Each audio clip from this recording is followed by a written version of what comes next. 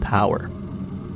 British politician Lord Acton once said, "Power tends to corrupt, and absolute power corrupts absolutely." However, for centuries, people have craved power.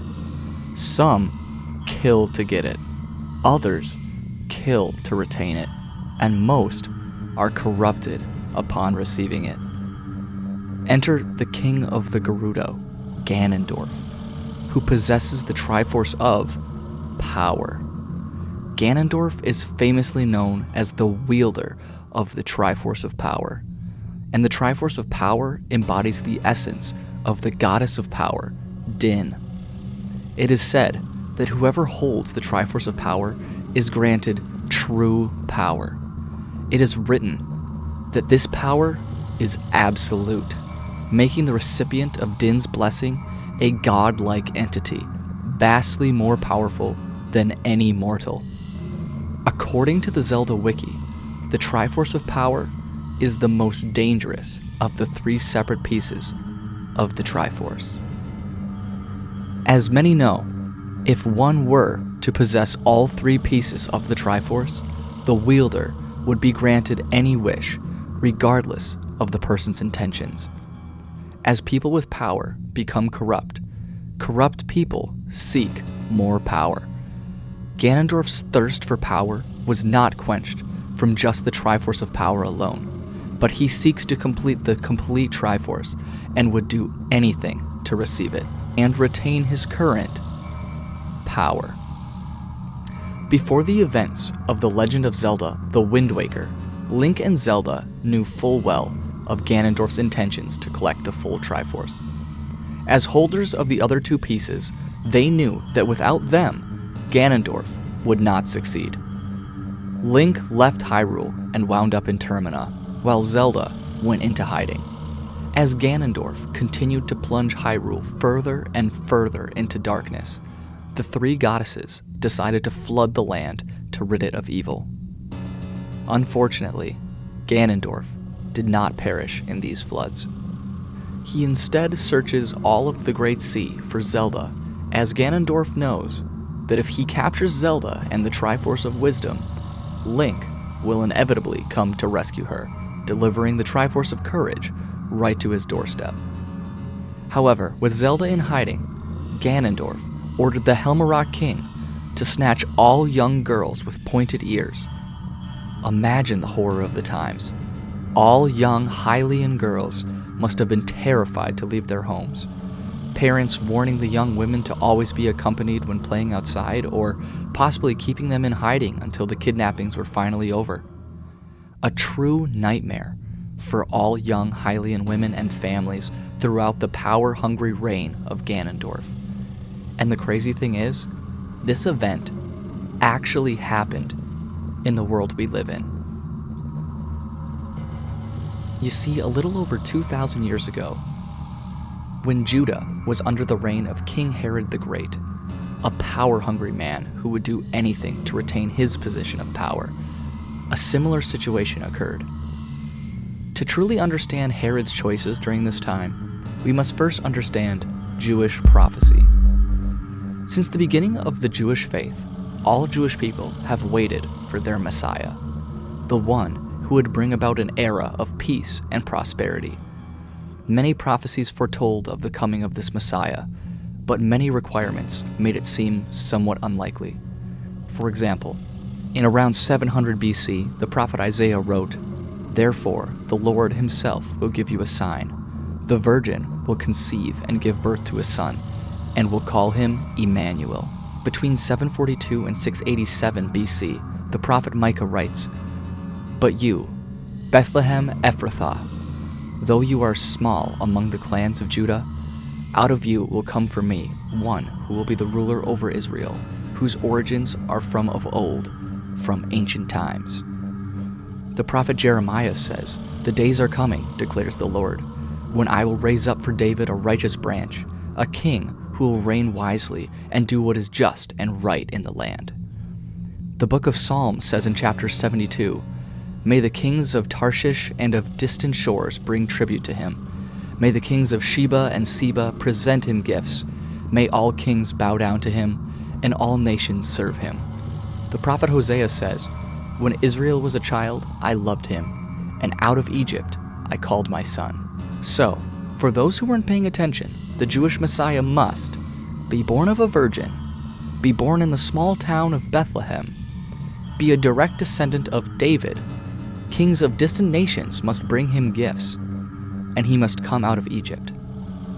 It is important to note that there are many more prophecies about the coming of the Jewish Messiah, but this will be enough for us here to pinpoint who we are looking for. You see, many of these things are almost impossible. To be born of a virgin? Be a direct descendant of someone who existed 1,000 years ago? And how does someone be born in Bethlehem but come out of Egypt? That sure seems like a contradiction. However, when the nation of Judah was under the rule of King Herod the Great, a little over 2,000 years before the making of this video, many of these requirements started happening. A young woman named Mary, a descendant of David, became pregnant as a virgin. At the same time, the Emperor of Rome, Caesar Augustus, required that a census was taken and that all families must report to the city of origin of the head male of the family. Mary's fiancé Joseph was originally from, you guessed it, Bethlehem. Similarly to Ganondorf, King Herod was a man lustful for power and wished to retain it at all costs. King Herod became deeply disturbed when kings of foreign nations then came to his country asking where the newborn king of the Jews was, and they wanted to give him gifts and worship him. Herod then sent the kings to Bethlehem to see the child, but told them to report back to him on whether or not the child was truly the newborn king that the Jews had been waiting for. When the kings saw for themselves that the child was in fact who they had been waiting for, they wisely took a different route home and did not report to Herod. When the foreign kings did not return to Herod, Herod realized that it must be true and knew that the newborn king would come to take his throne. Corrupted with power, Herod knew he must kill the newborn king to remain in power, just like Ganondorf sending the Helmorock king to kidnap all of the pointed-ear girls in Hyrule. Herod ordered the execution of all male children of ages 2 and under in the city and surrounding area of Bethlehem. As stated before about Hyrule, what a nightmare of a time to be in. All parents must have been in utter panic as the king of their nation ordered the death of their children. Now, you are probably wondering, all of the prophecies so far in the story have been fulfilled, except for the Messiah coming out of Egypt.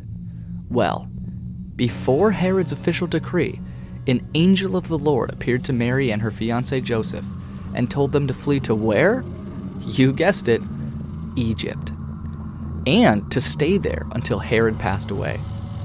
Once Herod passed away, the newborn king came out of Egypt and back to the promised land, truly fulfilling every prophecy about his arrival. And by the way, the name of that child was Jesus. So, to clarify, Ganondorf is like King Herod, desperately trying to claim and retain power by finding a specific child. But both Ganondorf and King Herod know specifics about their respective targets, but not enough to pinpoint them exactly.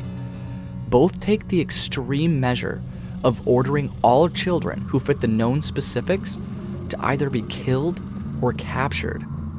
And Zelda and Jesus both are the respective targets of the rulers of their nations.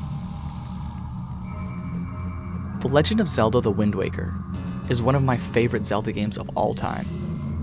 It has an extremely bright and cheerful game in terms of appearance, but it has many dark themes, like this example of all young women being kidnapped just based on appearance. It is even more unbelievable that this scenario actually happened in the world that we live in. This game actually lets us experience some of the fear that parents must have felt over 2,000 years ago as we watch Link's sister Aryll get taken away in front of our eyes by the Helmarock King. That's not the only parallel here between the Wind Waker and Jesus' arrival. As we spoke before, Jesus fulfilled countless prophecies on his arrival to Earth. Zelda is a game known for prophecies as well. In Zelda lore, it's known that the Master Sword is the blade of evil's bane, and is the only weapon capable of defeating the holder of the Triforce of Power. It also can only be wielded by one worthy of courage. And reminder, Link is the holder of the Triforce of Courage. So just as Jesus fulfills his countless amount of prophecies when arriving on Earth, and many more during his time here, but that's a story for another day, Link fulfills his prophecy of wielding the Master Sword and defeating evil in Hyrule in The Legend of Zelda: The Wind Waker. Now, I hope you enjoyed this connection between our world and the Zelda universe. This is the first video that I've made like this, so please let me know if you enjoyed it. Thank you for watching the entirety of this video, and I will see you beautiful people next time.